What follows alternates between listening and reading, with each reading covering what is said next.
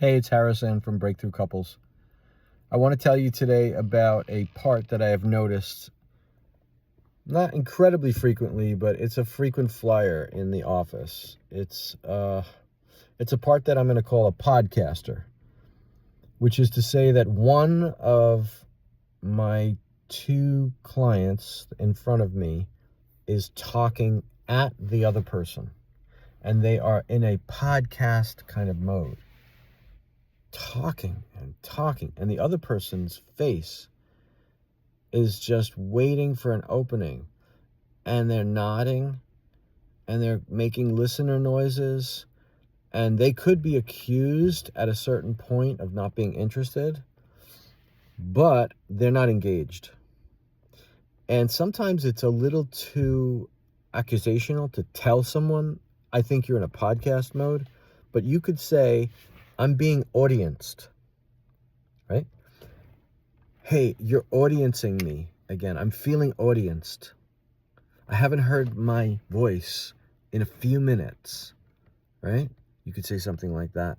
We're always trying to gently and skillfully, is the word that we use, interrupt dysfunctional communication patterns.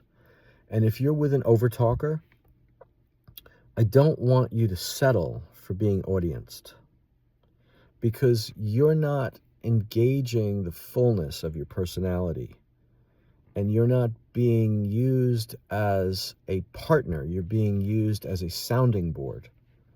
And you may think that it's loving to accommodate and listen to someone's grief, news of the day, venting, what have you, but you're not doing them any favors, because you're not really partnering them.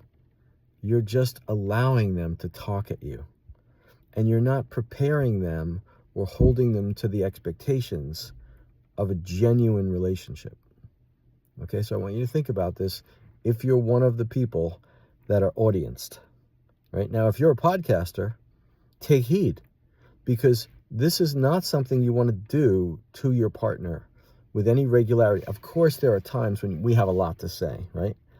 And you could even we could preface that when we're speaking to our partners. I have to tell you, this is going to be a long one, or this is a story, or, if it's not a regular thing, that's what I'm saying. If it's an event, but if it's a routine, if you're routinely podcasting or going into your talkative mode, right? That's not allowing your partner to engage the best of themselves, and we're making them small. Okay? So let's look out for these two parts, the podcaster and the audienced part.